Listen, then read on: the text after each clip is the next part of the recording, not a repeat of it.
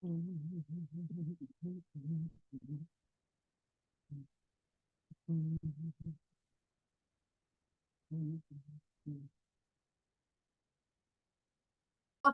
no- For I've started noticing like themes which keep coming up, and I'm like, oh, this is nothing to do with what I wanted to do to begin with, but I'm going to carry on, you know. Mhm. So yeah, that's me.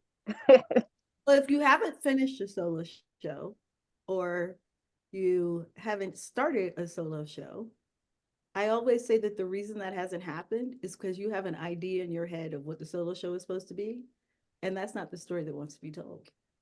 The story Right. that wants to be told is when you set an agenda like that, the story that wants to be told is what you're avoiding. Sorry, there it is. Yes. Yes. I Yes. mean, sucks, but there it is. The story that wants to be told is what you're avoiding. It's probably what triggers you, right? It's Whenever you're stuck, yeah. it's block. I had a client that came to class that did do it. I have writer's block. I was like, darling, you have to be writing in order to get blocked. And she said, I was like, are you journaling every day? She's like, I'm doing 3 pages. I was like, you've been doing 3 pages for 2 months now. It's time for you to get up to 15 pages. You should be out of 3 pages just Yeah. daily by every week. And she was like, I hate you so much. I was like, but that's how you don't have any writing. So you don't have writer's block because you're not writing. Yeah. And I'm collecting your money, which I'm happy, but like, I'm tired of buying wigs with your money. I need you to do some work. I'm horrible, but there it is. I think it's important for people to know just how horrible I am before we move further. So, yeah, if you, I tried to write a play about slave narratives. I downloaded the Library of Congress's interviews with ex-slaves. I had 1,000 pages of interviews for 5 years. No play. I transcribed them, cleaned them up, put them in a play. No play. You know why? Because that's not the story I want to be told. Does it have to take 5 years, or can it, if you've got something that you already have in mind, it could take less, right? Or you know, That's, what's, that's why I believe in the daily morning ritual of journaling. yeah.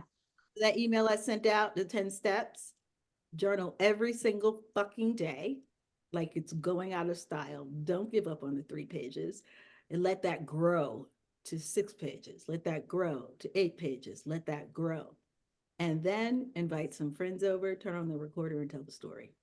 I guarantee you the stories will come up because you're vomiting them on the page in your journal, right?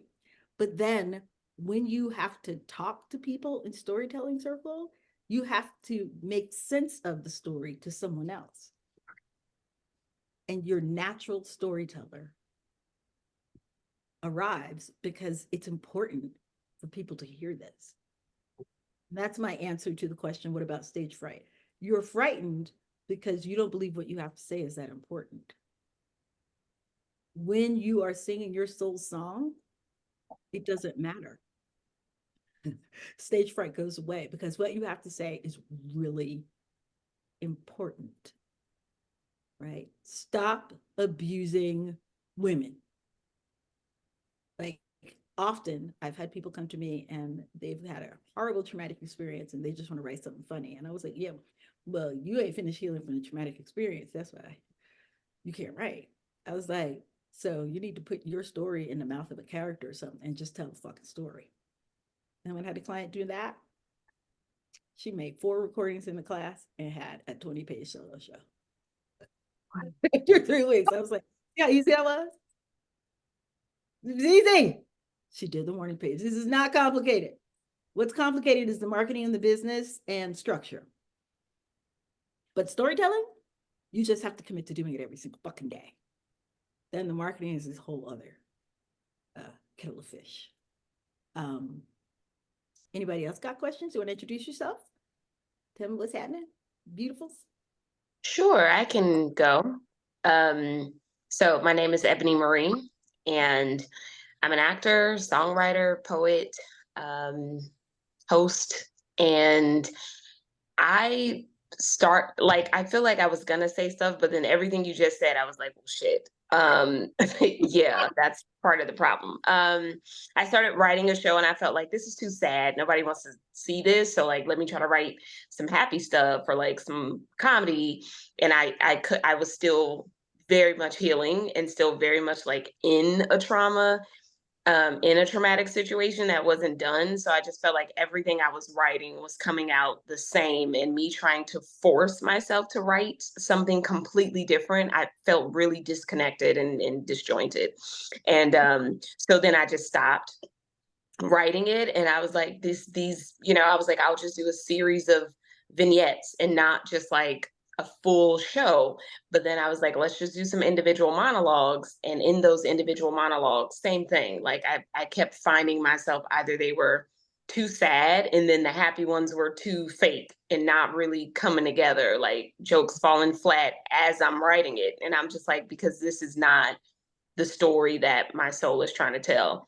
So, I don't know. That's kind of why I was like, I need some help in this. And because I think also what I started telling myself is, I'm not a writer, I'm an actor. This is why it's not coming together, because you're not a writer. But, I don't know, started getting stuck. So that's why I'm here. Ebony, I was going to say, because I write jokes and things. I mean, like, perhaps like, I don't know, like getting the story right and finding out obviously the beginning, middle, and end, and everything that needs to be done for storytelling, and then add the jokes in last.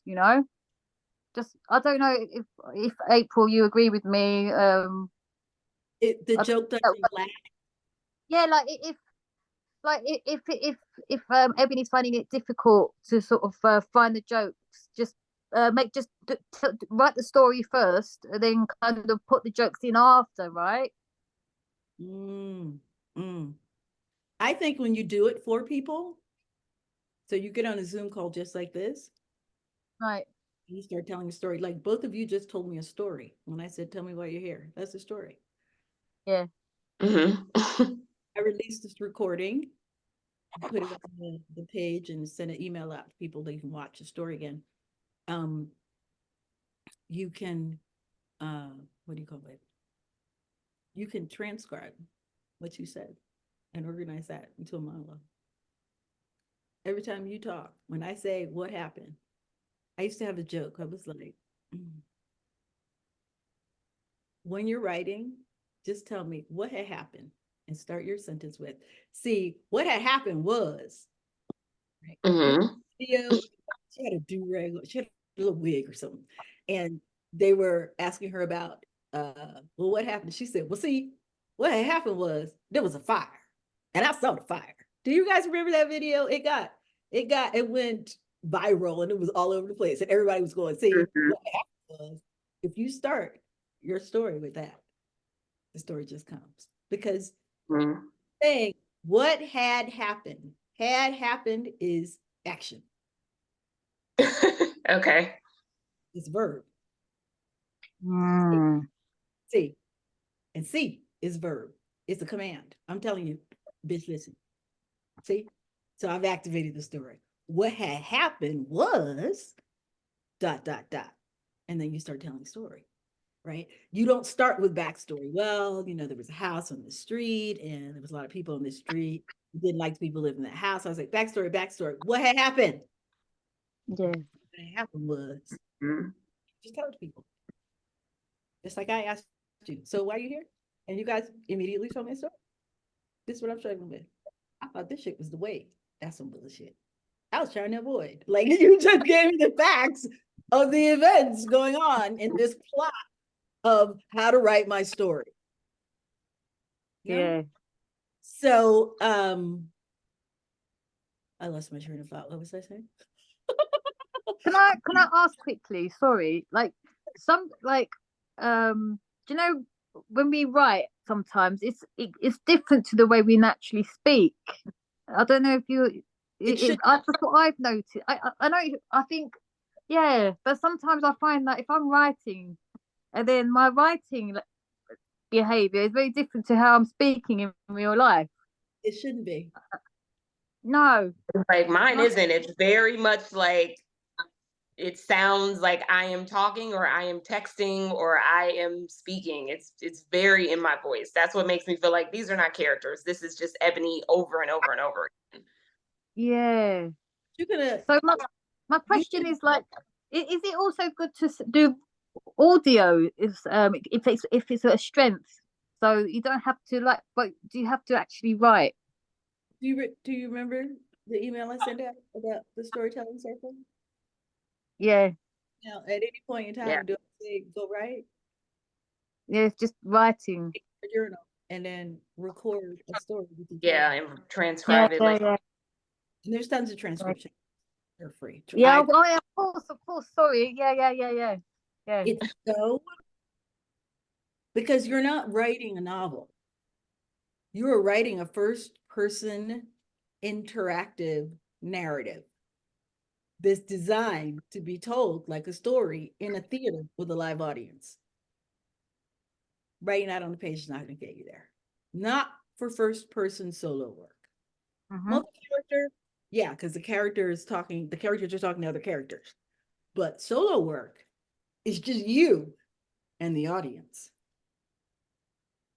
So you can't do all that writing on the page until you have an understanding of how your first person voice works. How does your first person voice work? You get to know that voice because the way that you speak is your writing. Oral storytelling is writing. And it's critical for the kind of work that's performed with the audience as your active partner. It has to be acting like that. It's like, oh, it's like bedtime stories, which I was just discussing with one of my clients. I was like, bedtime stories have a picture and they have one sentence on the page. So once upon a time, there was a little blue girl. And the kids are like, oh, shit, really? She's blue? Then you have to turn the page. In her world, she was the only blue person. And you got to turn the page. That story is written as an address to an audience. That's what makes it unique. That's why kids stay in it. That's why that structure, that I'm telling you a story. And up front, I'm only giving you the facts that you absolutely need to understand the story. Once upon a time, there was a blue girl. Then the next line is got to be what she did. She was the only blue girl. So she painted everything around her blue. Like there has to be action. So storytellers who write this kind of stuff, the best and the quickest work comes from direct address to an audience because your desire to be understood trumps everything.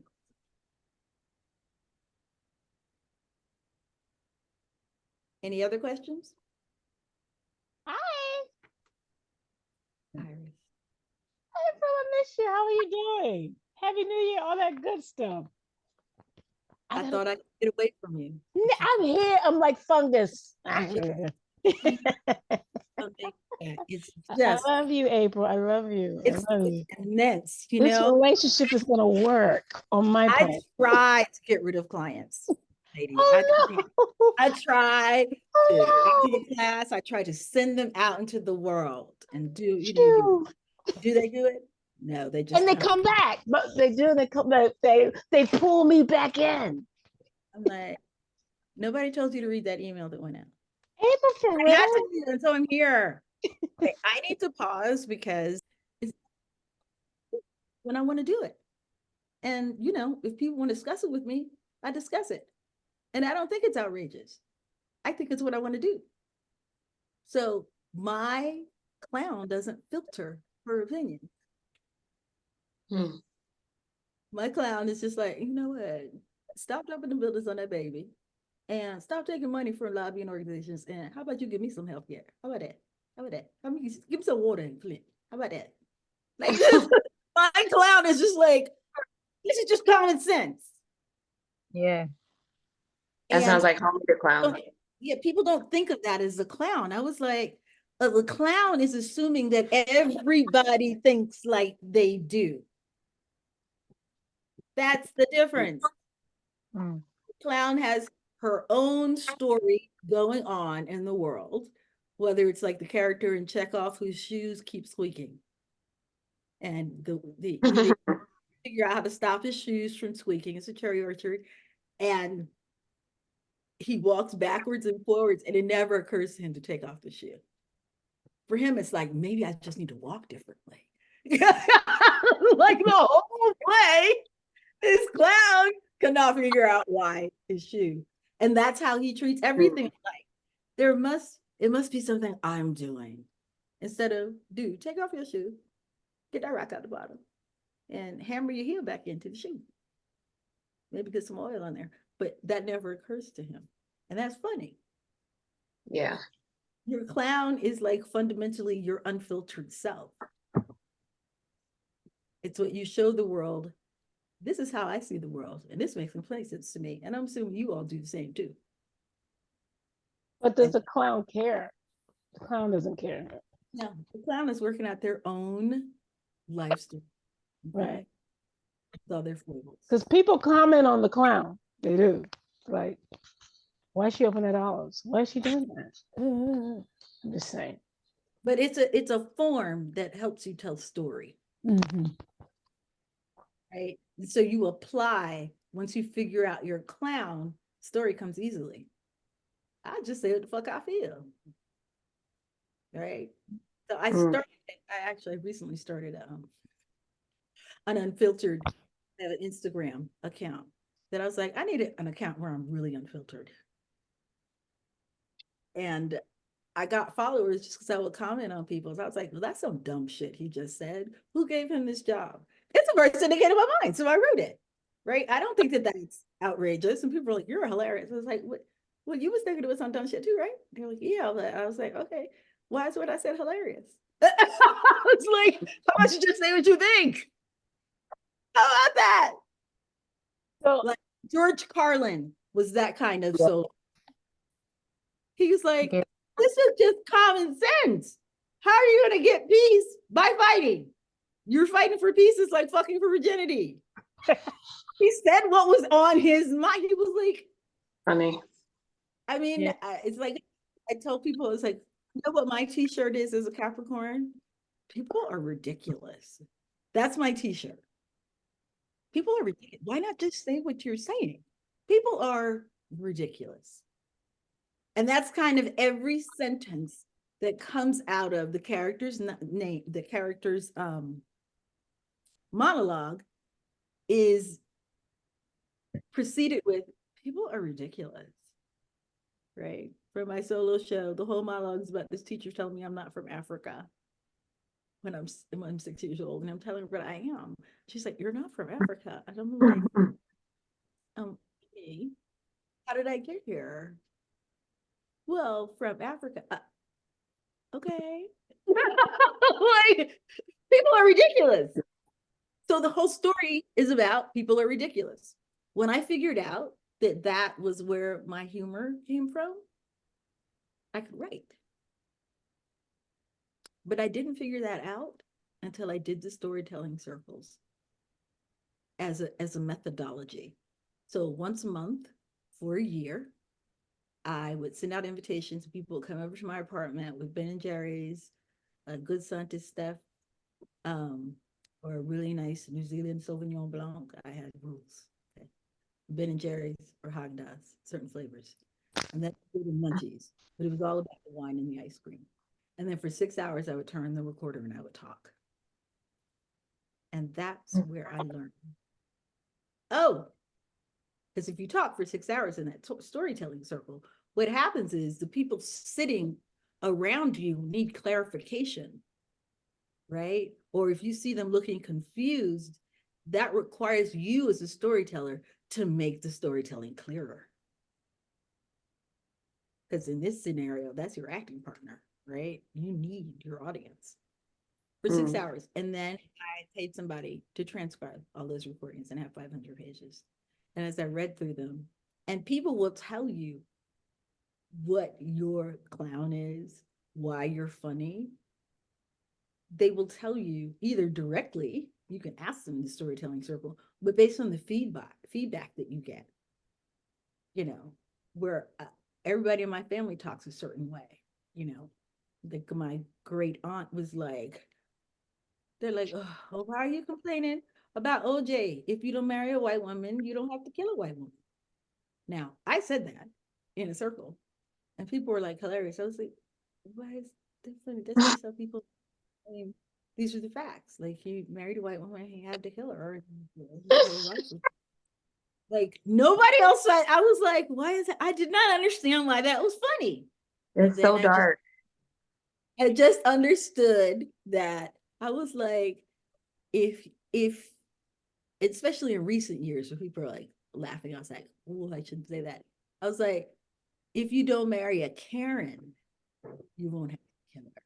But if you marry a Karen, guess what, dude? You're gonna have to kill her. Because Karens follow you around and berate you and attack you for just being Black. I was like, so you brought this on yourself. I was like, don't marry a Karen. Talk to Jonathan Major. What? What, Iris? No, I was saying, did you talk to Jonathan Majors? I'm kidding. I'm joking. Oh, Let's stop. Let's not. I'm sorry. I'm done. I was like, but to my aunt, they're like, why is this news? This is not interesting. This is not news. Like, it's 1980, whatever. She's like, he had a Black wife. He didn't have these problems. He married a white woman in America. You're gonna have these problems. Maybe he didn't kill her, but guess what? We'll never know because everybody's gonna assume he did because it's America. So if you never married her, you wouldn't have this problem. For my aunts and my grandmothers, that made complete sense to them. I didn't realize that that was funny to people. I was like, this is just kitchen mother wisdom. You know, just mother wisdom. I mean, the things that we're told when we go off. So when my uncle and my brother went off to join the Air Force and they were away, before they went away, it was a dinner at my grandmother's house. And she was like, so listen, in your station in a southern town, please be home by sunset. Do not be going out on dates with white girls after sunset. Now, you think that's funny. Where I'm from, that's basic. Oh, Florida, there are sunset towns all over the Yeah. South. Could not be out here after sunset because all bets are off. That was facts. In telling my story, I realized, oh, my humor is that I take life straight, no chaser. And everything is life or death. Like in the reality, that's what I learned by telling those stories about my family. I was like, why are they like this? Oh, because where they grew up, everything is life or death. I'm going to go to the Costco during COVID. I'm going to wear my mask and somebody shoot you in the Costco for wearing your mask because it's Florida. I was like, oh, I was raised in a place where everything is life or death. And it's like a twisted concept of the world. And the Black people who raised me are just trying to survive it. But then they've subsumed some of their humanity in order to survive the madness. I was like, people carry guns. People open carry. They've always open carried. People go to Walmart with their AK-47, stand on line and buy ammunition for them in the Walmart line behind people's children. And everybody's like, that's normal. I was like, the man's carrying an AK-47 in the Walmart. Not a problem. No problem. I was like, oh my God, how do you survive this? You become brutal in your understanding of the world. And that's what reading the transcripts after I kept telling stories told me. And you need that oral storytelling. You need to see how people interact with the story that you're telling because you don't know what you don't know. You don't know. I didn't know that. I assumed that everybody walked around going, well, fill out, you dress. So nobody thinks you're a bum and you'll get good service. Right? That's what I was raised with. because I grew up in a survivalist place. If you look like you don't have a job and you're Black and you're in a white environment in Florida, you're probably going to get pulled over by the police. So you dress up to go to the store. Always have your best face forward. It's like, that's the world that shaped me, right? I didn't know that that's not what everybody did. That's why storytelling with an audience and recording yourself is so important, because you don't know what you don't know. And what you don't know is where the humor and the pathos and the humanity of your storytelling is that people don't understand how much they have at their disposal until they hear somebody who doesn't have all of that, who thinks nothing of it, right? So the recording is incredibly important, right? It's incredibly important. Another form of humor is when you normalize pathology. Right? You normalize, that's why Whoopi Goldberg's show is so interesting, with the drug addict or the girl that got the abortion by putting a hanger inside of her. It's like complete pathological behavior is normalized as this is just what's done. That's what makes it so interesting, right? So I want to start at the top now, and I'd like you to open chat, and I'm going to ask you some questions, and I want you to respond in chat with your questions, with your responses. So we've been working together 1 year. What do you want to be celebrating?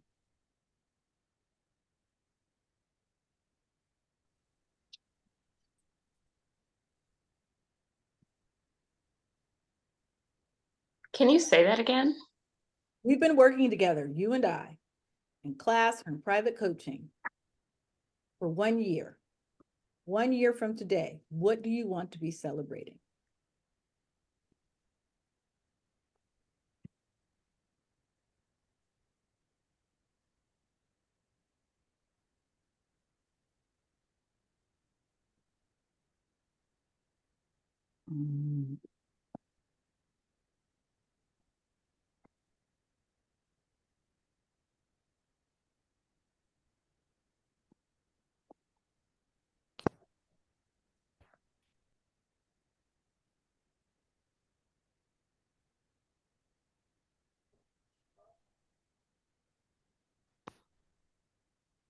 Good.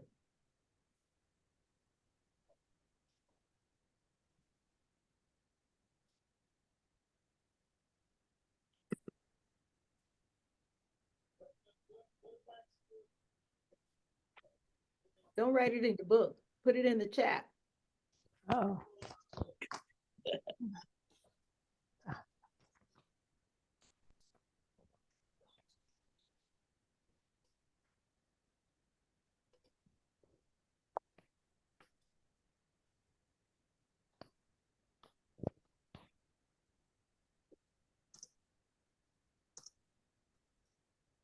Oh, this button is not working.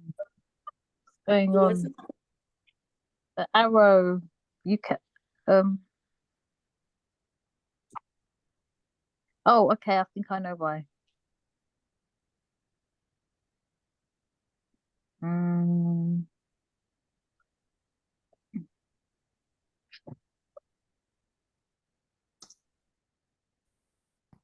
there or you you could go.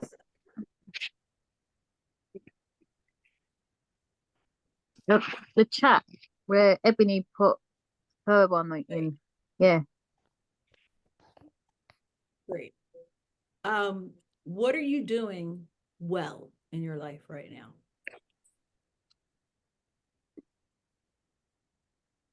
At the moment, I'm writing. I'm writing. That's what I'm doing well at the moment, and writing jokes every day. That's what I'm doing well. You can put this in the chat or you can tell me. Oh, okay. I can't think of anything.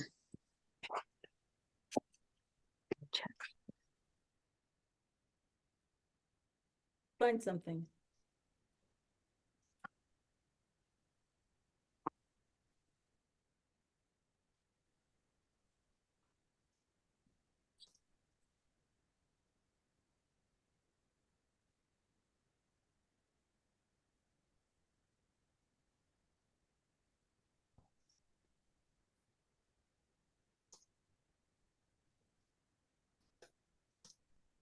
what challenges are you wrestling with?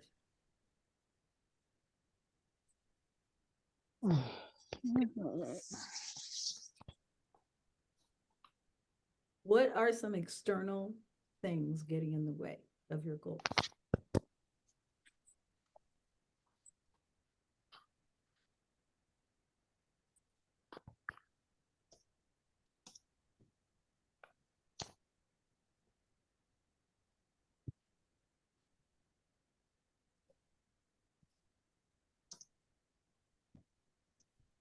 Hmm.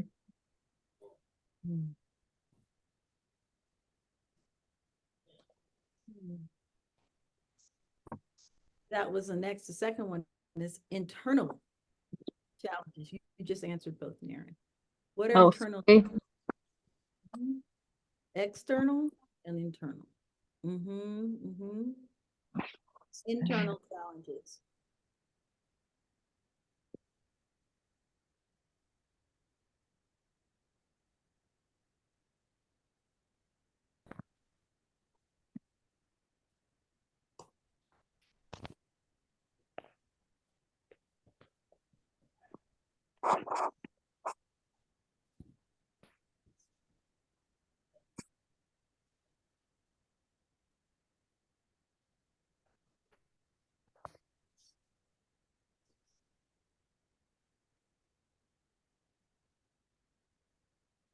Oh, I've got one. Hmm. That's Hmm. my external one. Hmm. Hmm. These are good answers. I will save this chat and send it to you guys. So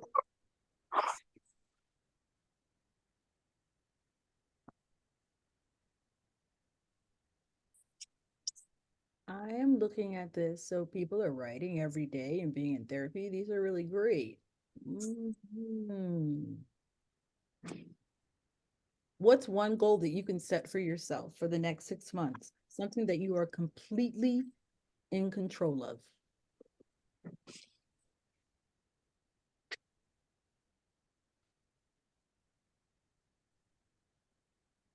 Wow.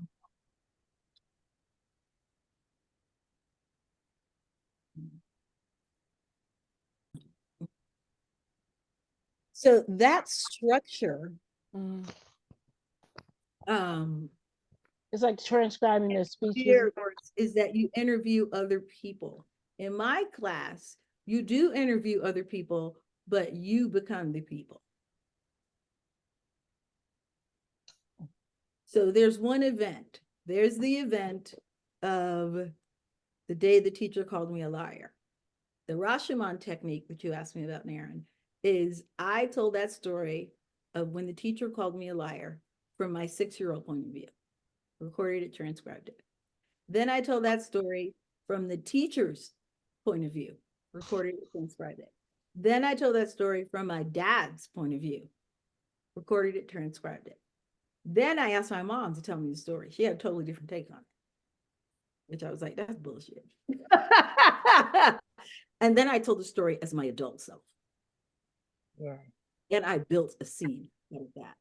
There's high drama in there because each person is pushing forward their point of view about what's at stake here. They're very passionate about it, and that creates instant conflict. When you're interviewing, I'm not opposed to using the words of others that you've interviewed, but because I believe that the way you speak is your writing, then you need to credit that person as the writer. You don't just take their words and say you wrote it. I find that exploitive. And the people that are interviewed, they're immediately asked to sign a release that they have no rights to this. And I was like, okay, so colonialism is how the fuck we got here.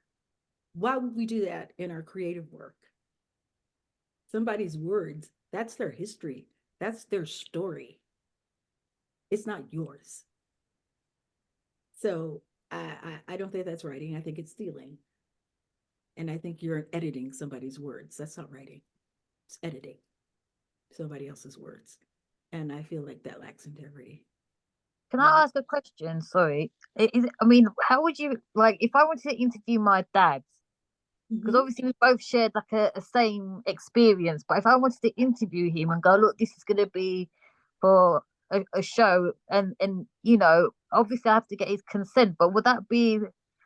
I mean, how is that okay, or is that?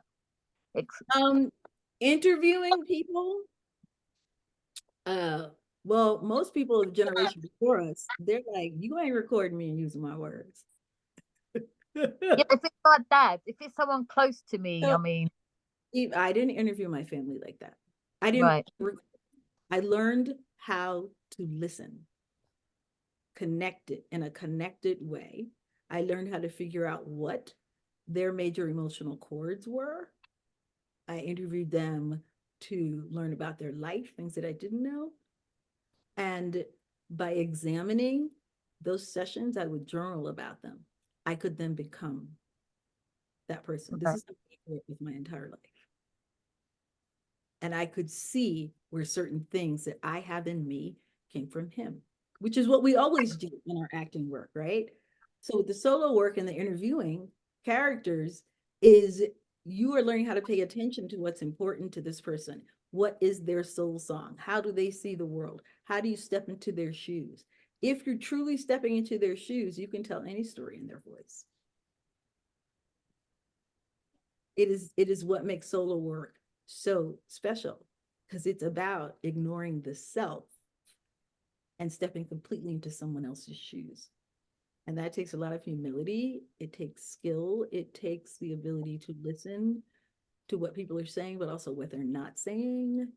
To be able to ask the right questions to draw them out, but mostly learning how to listen in this connected way. Right. So I don't record them. If you can't understand somebody by listening to them tell stories and step into their shoes, then maybe not solo work's not for you. Because it is the skill of submerging the self and then paying tribute to the human condition by voicing someone's story in their words and in their psychology. Mm. I think transcribing directly lacks integrity. It's a cheat. Yeah. Well, that blows that up, April. Okay. But it doesn't mean, but just the way I explained to you how I took events from my life, right, and told a story, it doesn't mean you can't tell a story from events. You just have to do the research of the event. Even though I grew up under these circumstances, I researched 1926 Miami. I researched it intensely for my second play, Good Bread Alley. I read everything. I read news columns. I interviewed people. I went to the South Florida archives and I saw physical things and maps and baby shoes, pictures of pageants and the dresses that the women wore. I immersed myself in that world. I met with a historian and drove around all the places that are mentioned in my grandmother's stories about where she grew up. I was like, because this neighborhood doesn't exist anymore. And this historian whose book I had read before I started writing on the history of Black Miami, drove me every place he talked about. I was like, well, I think my grandmother lived here. He was like, oh, let's go to the archives and let's pull it up. I became immersed in that world and I became immersed in the events of that world. So what was striking to me is in 1926 was this massive hurricane that wiped out South Florida. A lot of people don't know that. It wiped out like category 5 or 6, which in 1926 they were not prepared for. It turned Miami into a swamp. So all of the rich white folks who were investors from New England, of course, left. The orange crop is gone. All the things that Florida is famous for, we're not going to get this year because of that hurricane. So they abandoned it. The federal government abandoned Florida. They sent no help, no soldiers, no medicine, nothing. What this allowed is for disenfranchised people, Haitian people, Cuban people, Jamaican people, Hondureños, Bahamian people. It allowed them to build their community from the ground up. And that's how my great grandmother in 1926 was a Black woman that owned her own businesses. That wasn't something like she could go to the bank and get a loan for her restaurant. Like that's not something that happened all over the South, but there was nobody else there. So I studied this event. This hurricane changed everything. It changed everything. It made this generation of really independent women in the middle of the Depression. I was like, how's she getting bank loans and running around and multiple cars and houses? How the hell is she doing this? And so it was the larger event going on in this world that caused the story to be told. I was like, you know, you observe someone, you're like, these bitches are badass. It's like when people say, oh, you're a feminist. I said, I don't understand that word. A feminist. Women are superior and we get shit done. That's a fact. I was like, a feminist, that's something you need, you know, to be able to talk to men. I was like, in the world that I'm coming from, we don't talk to men. We make decisions and we go do shit. And they can ask later, perhaps, if we have time, but that's not the reality I came from. I was like, feminist, to be a woman is to be a badass motherfucker. Yeah, exactly. I was like, if you need the name, that means you ain't really doing it. Yeah. So I had no understanding of, you know, male-driven households, men making the final decisions. Even the women who are married, they were like, well, you could weigh in, but I got shit to do. I don't understand, like, people who never worked. I was like, everybody worked in my family. You know, my great grandmother was the child of slaves, where you can't wait for your man to do something because he may be getting whipped or sold. So, yeah, I can't help you. And even in Africa, countries had a king and a queen.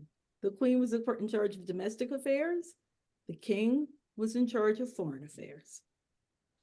Always in West Africa. So of course that tradition came through.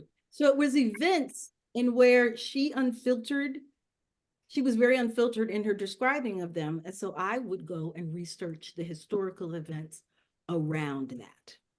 And that's where my storytelling would begin. Because I am interested in the way that huge political, cultural, and social and historic events impact everyday people and changes them. Like I'm really interested in somebody writing a story about Rosie the Riveter without using the words feminist. How about this bitch just knew what the fuck she wanted to do and she ain't need no man. And she would have been Rosie the Riveter if there were World War I and World War II. Anyway, she just would have dressed as a man and gone and gotten a job at the factory. Change your name. That was done a lot in the 30s and 40s. Change your name. No big hoopla. Don't need to take no hormones. Just cut off your hair, tape out your breasts, and go get a job. Get done. Because I'm interested in somebody writing that story, right? Because those are the people that I write about. I'm interested in those events. You know, I did the research on a period. I was like, well, what happened in Florida during World War I? Okay, that's when it became a city. Okay, like my question was, why is Florida so bloody and insane? And so I went to the archives and I traced major events. Every 10 years, martial law was set into place in Florida because of an uprising and blood on the floor. Killing brown people and Native American people in the street, pretty standard since the founding of this state. I was like, no wonder that state's so insane. They have declared martial law in half or a quarter of the state every 10 years since the founding of the state. No wonder it's crazy. And they slaughter people during martial law. Like Native Americans, you're like, this is the crossroads. Native Americans slaughtered. You can go on a tour of South Florida and they can go take you to the places where the wars were. And how they like fed people's babies to the alligators. Like the blood is in the soil. So it is events that I find interesting.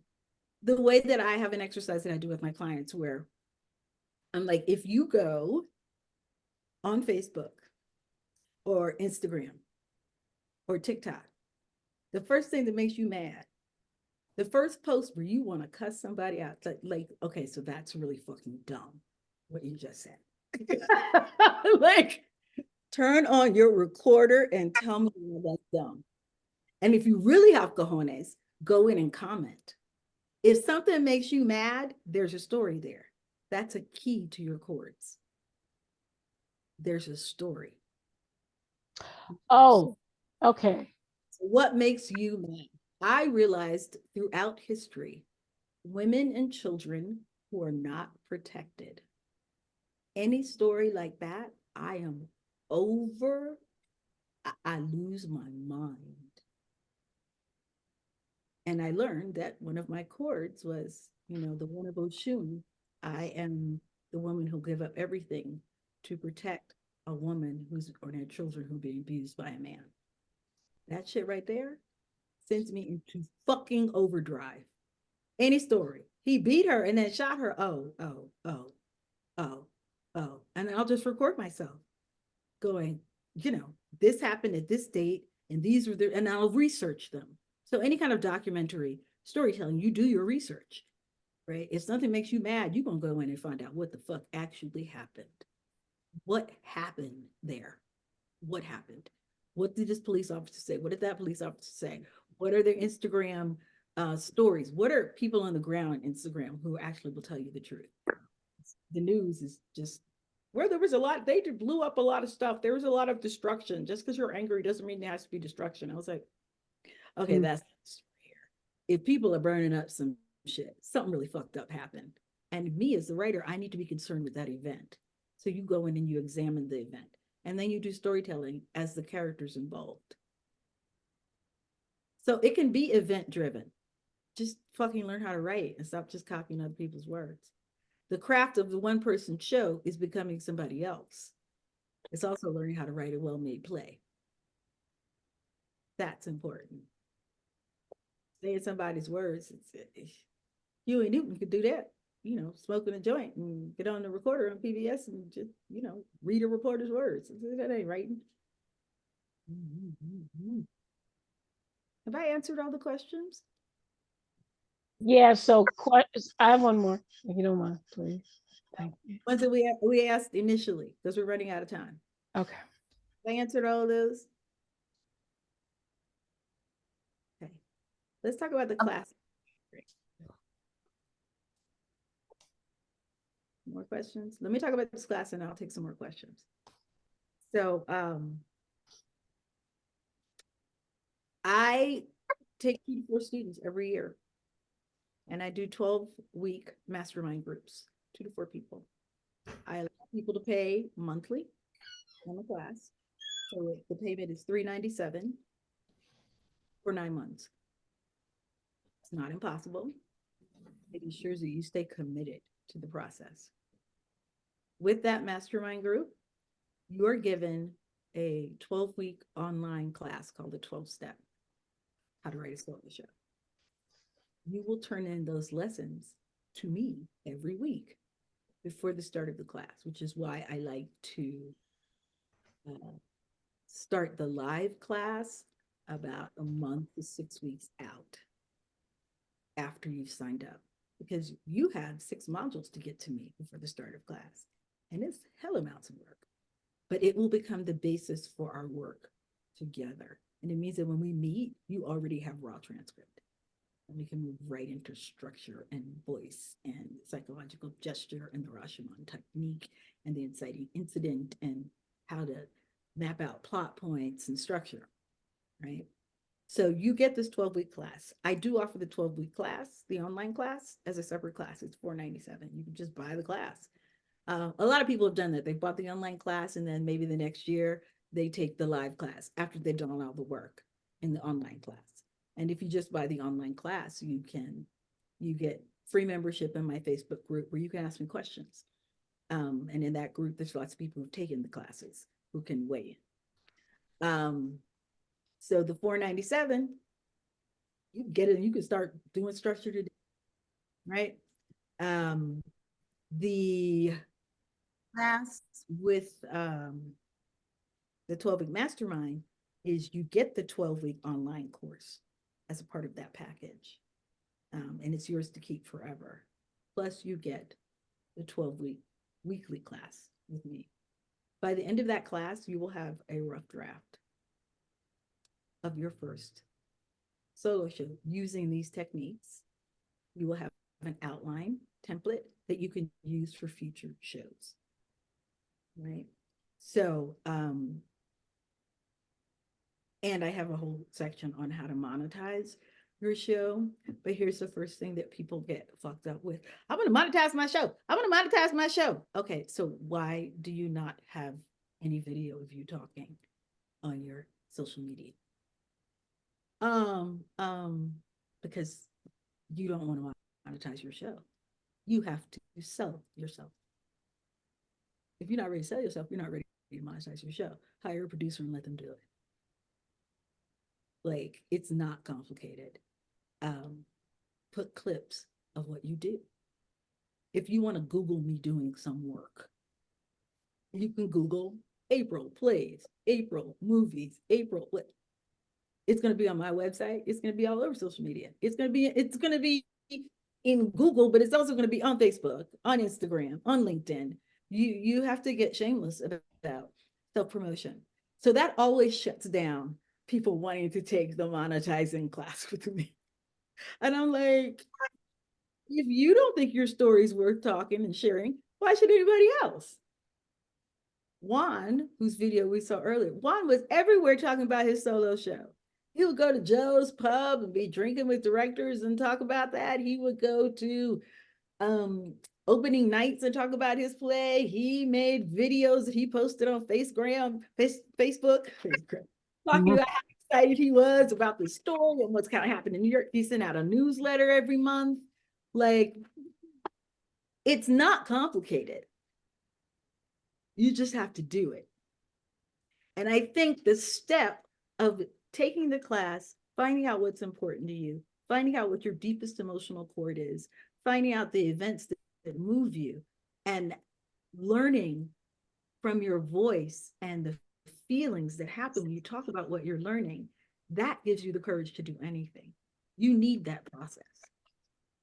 You need that group to support you and gently push you and keep you accountable. That's what gives you confidence. That's what takes away the fear. That's what allows you to make and promote your work, because you know there's nobody else saying these things.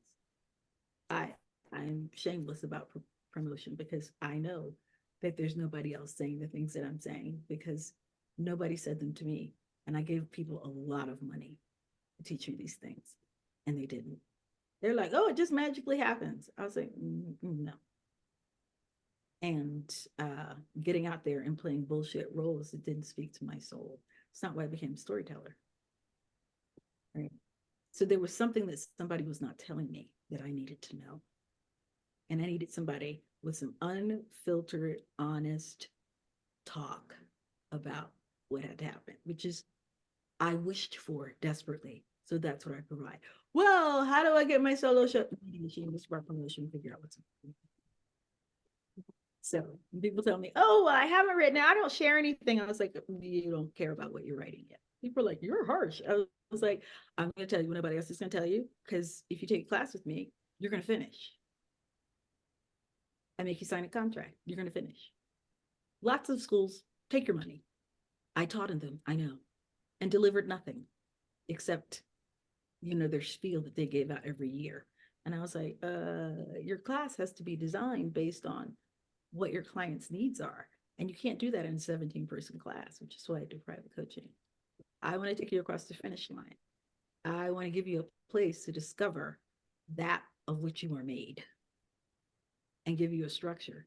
And so real talk about how you can have agency around these things. You're not a victim waiting for somebody to find you and discover you. You have complete agency over your story, right? People are like, oh, you're talking about politics. I was like, I work for me. That's why I stopped working for corporate America, because I wanted to speak truth to power. And I wanted somebody to say something true, because I felt like I was moving in a world where nobody was saying anything. And I was like, just tell me the fucking truth. Like, So getting that kind of agency comes from doing this work, like you saw in you get fearless.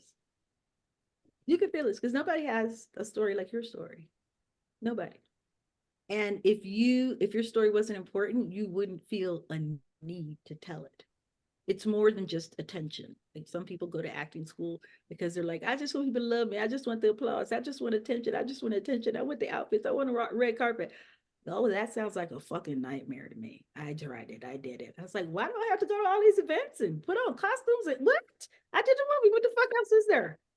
They're like, oh no, you got to do all the show me love, show me love, show me love. I was like, I wanted to tell the story. I did that. I'm good. Right? You figure out why you're here. I didn't like the stardom stuff. I had a little bit of it several times, and it felt like erasers being drawn across my fingertips. I was just like, this is horrible. Oh, so what are you wearing today? And oh, I love your hair and your jumpsuit. And I was like, bitch, there are children dying. Why are you talking about my clothing? Can we talk about the script? Can we talk about the story? Can we talk about like what? You want to talk about my clothing? Oh my God. And how much weight somebody gained? I just thought it was the most thing ever. You have to figure out why you're doing this shit. Because when you figure out why you're doing it, nobody can stop you. Nobody can edit you. Nobody can make you afraid or intimidate you. If a theater or a venue passes on you, you're like, fuck you, I got a story to tell. You move on and find someplace else to do it by any means necessary. That's what happens when you go through the process of taking this personal inventory of why you're a storyteller. And that's what my classes are. I let you find your way. I gently guide, I keep you accountable, but I let you find your way and ask the questions that nobody's answering. How do I make money with this bullshit? Should I really be doing a TV show where they've capped, how much guest stars can make, which is $8,500, instead of meeting your daily quote, which grows as you become a more advanced actor? Nobody told me that. I was like, wait a minute. I was told that I got a quote. So after 10 years, my quote was no longer $700 a day. It was $1,600 a day. Oh, we don't do that anymore. We just pay you a flat rate. Oh, not me. I was like, wait a minute. They're like, this is industry standard. I was like, but that's not me. I'm not going to be working for 20 years and not get a raise at something that I'm getting better at. And you're benefiting from my 20 years and my 3 years and my $1 million education. You're benefiting. You need to pay me commensurate to that, right? Nobody was saying that to me. That's why I started teaching. That's why I started producing. That's why I started writing my own stories and working for myself. Because going through the process of telling your story shows you how valuable you are and how unique you are and how irreplaceable you are. And once you know that, nobody's ever going to pay you enough. Once you know your worth. So that's what I got. I would like to start these classes. I would like folks to purchase and begin the 12-step online course and start sending me your work. And then I would like the first class to start at the end of February, first week in March. So it gives you time to get me the first 6 modules and get me those 60 pages. It's about 60, 70 pages that you will send me. And the 12-step classes, videos that I send out, and the exercises underneath the videos. It's a 12-step online course you log into. And it is the source of our work together. Yeah, it's how you generate raw content.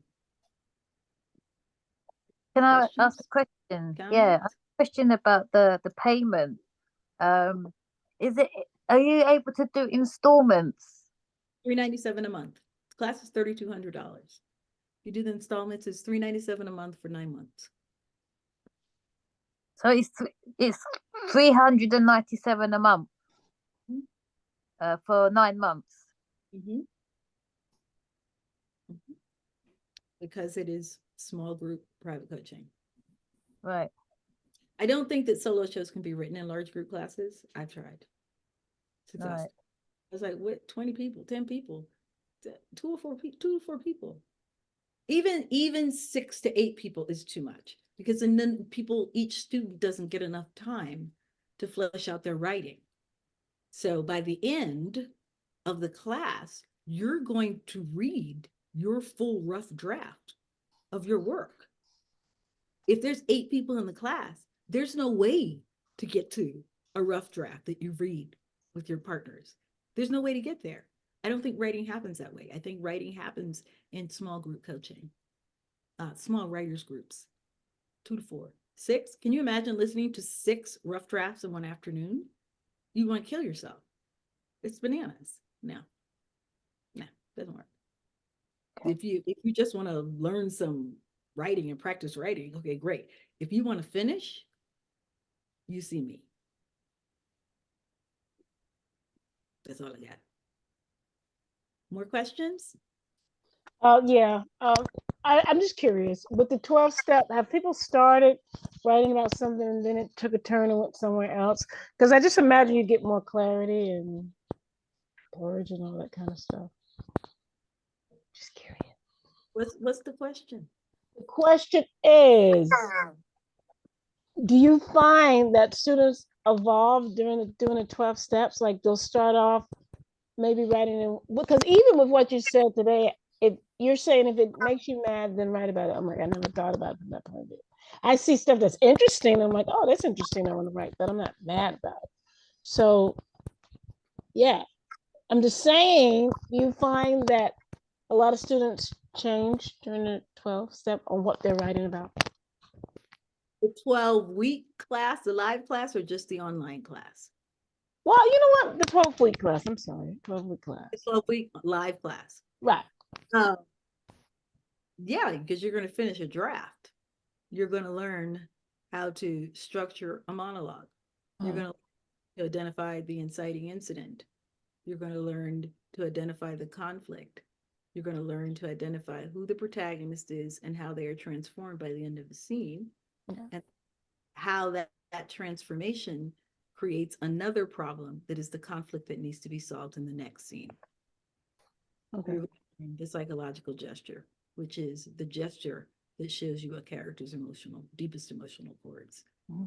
You're going to learn the Rashomon technique, how to interview a character in their voice. So basically, you interview yourself, but as the character, right? And how to take those different points of view and create a multi-character scene. Mm-hmm. So yeah, you learn so much. You learn how to research characters. You learn how to create a post to talk about what you're doing. Because I ask that my clients post weekly about what they're learning in class, so that you begin to build an audience who's excited about your work. The act, I don't believe in Iyanla Vanzant's affirmations. I think that's some bullshit. I was like, you gain self-love, self-understanding, self-esteem by acting on your own behalf. When you do shit for you, nothing else builds confidence and self-worth faster. Oh yeah, put yourself first. I hate all of these fucking memes are like, put yourself first and think about yourself. I was like, and don't call him back. I was like, you're not dealing with the fundamental problem. The fundamental problem is I don't have enough worth to do all these things you're telling me to do. So tell me how to get some fucking worth, right? What actions can I take that are cost me? Getting up every morning and writing 10, 15 pages and not letting anybody interrupt me will then make you very confident about carving out time in your life and telling people to shut the fuck up so you can prioritize your storytelling. It is, you got to get up and do it. And the act of doing it for the class where I'm keeping you accountable, you change because you're like, oh, okay, well, before I could just, well, April said I got to do this. And then you start doing it and you're like, this feels good. So when the class is over, you're like, bitch, I still need to do this. It's like, for me, it's like, I need my morning pages. Otherwise, I'm a very unpleasant person and you don't need me in your life. So I would explain to my lover, the reason I'm taking this time in the morning is for you. I'm doing this. this is an act of love, because if I don't do my morning pages, there's a very unpleasant person that you're going to meet. And it's not going to be good for either of us. And they're like, you are serious. You've not seen me on a day where I haven't done morning pages. Maybe I should let you experience one of those days. And like, it happens. Yeah. So yes, people are changed. You just have to do it. You can't sit around and talk about it and come to my free classes every year and just talk about it. You got to get in there and fucking do it. And do I seem like a person who would let you like not do the work that you promised you said you were going to do?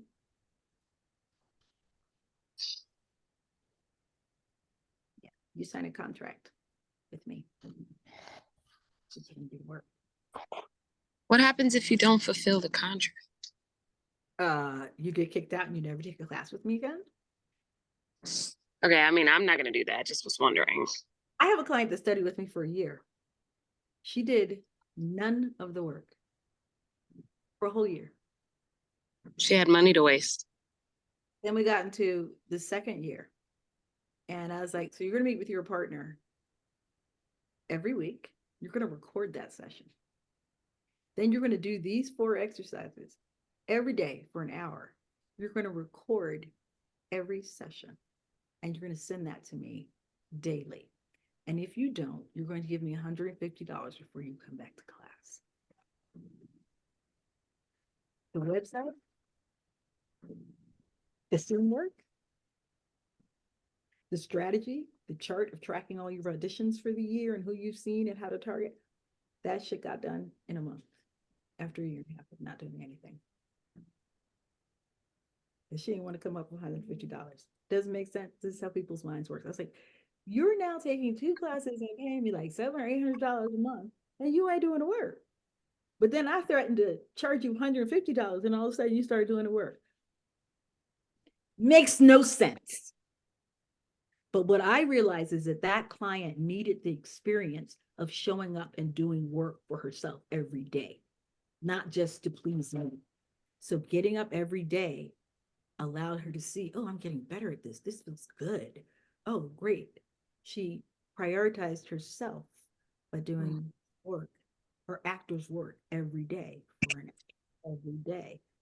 And after a while, you're like, this fucking feels good. That's all. You have to act in your own behalf, not just talk about it. Any other questions? I have a question. Yeah. One more. Yeah. So as you're aware, I'm doing one show with my friends. It's a very surreal show. And so I'm focusing on that, and I'm doing my show in the background, and I'm thinking like I'm going to be honest, I won't be doing this for March, but I'm doing the morning pages as we speak, and I want to revisit you later on. And I'm wondering if you also like do like a drop-in classes, or something like a lot more shorter, or something that is that I want to approach you with something fully there, if that makes sense.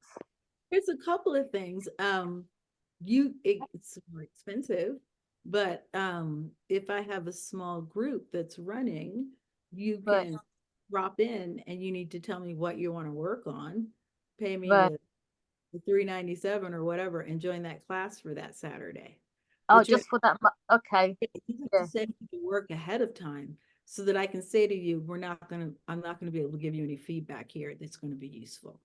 So like the folks that took this class last year are going to do drop-ins this year because they already sent me their first draft. I'm like, okay, I need time to work. Great. So they'll do drop-ins to read a section and get feedback. The other option is private coaching, but I'm $750 an hour. So most Yeah. people don't want to pay me that. I'm No. $750 for a reason. I think that people learn better in small group coaching as opposed to one-on-one. Into this like worship thing. I'm just trying to please you. I was like, bitch, you need to be doing this for yourself, not for me. Yeah, exactly. And your learning also grows when you are in a small group where there's accountability. You learn from other people's notes. It's just Okay. a good environment. So yeah. And also, like, do you know your? Will you have like a title of each month of what that will be, what that session will be about? The 12-step class determines what we're working on. But again, since I tailor my class to the client's needs, if we need to go off track and do something else, that's what we do. Right. Okay. So you can always buy the 12-step for $4.97. Yeah. The thing is that with me as well is like I tend to go off into a surreal direction, Mhm. and it's based on a fact, but then I don't know whether you deal with that sort of thing, because it seems like it's like a more like a realist approach, right? Mhm. Okay. What do you mean a realist approach? Is what you write is what you write. Make the story clear. My mind goes off into a La La Land direction. What does that mean? Clown That- work? Like, no, that Salvador Dali direction. Like I have surreal, so I'll have an event in my life, and then I'll liken it to something completely bombastic. Okay. So it doesn't matter whether you're dealing with surrealism or not. What is the story? Yeah, okay. Yeah, I've got it. Okay. That's what I'm yeah, yeah, yeah, yeah. That's why I'm here. It's out. This interview out. This Yeah. class out. Tomorrow. It'll be available for one day. And the first person that makes a purchase, you get a free discovery session with me, which is one-on-one solve the problem that you have. Whether it's a script read, your choice. Y'all ready? Yeah. You know where the class page is for class? It is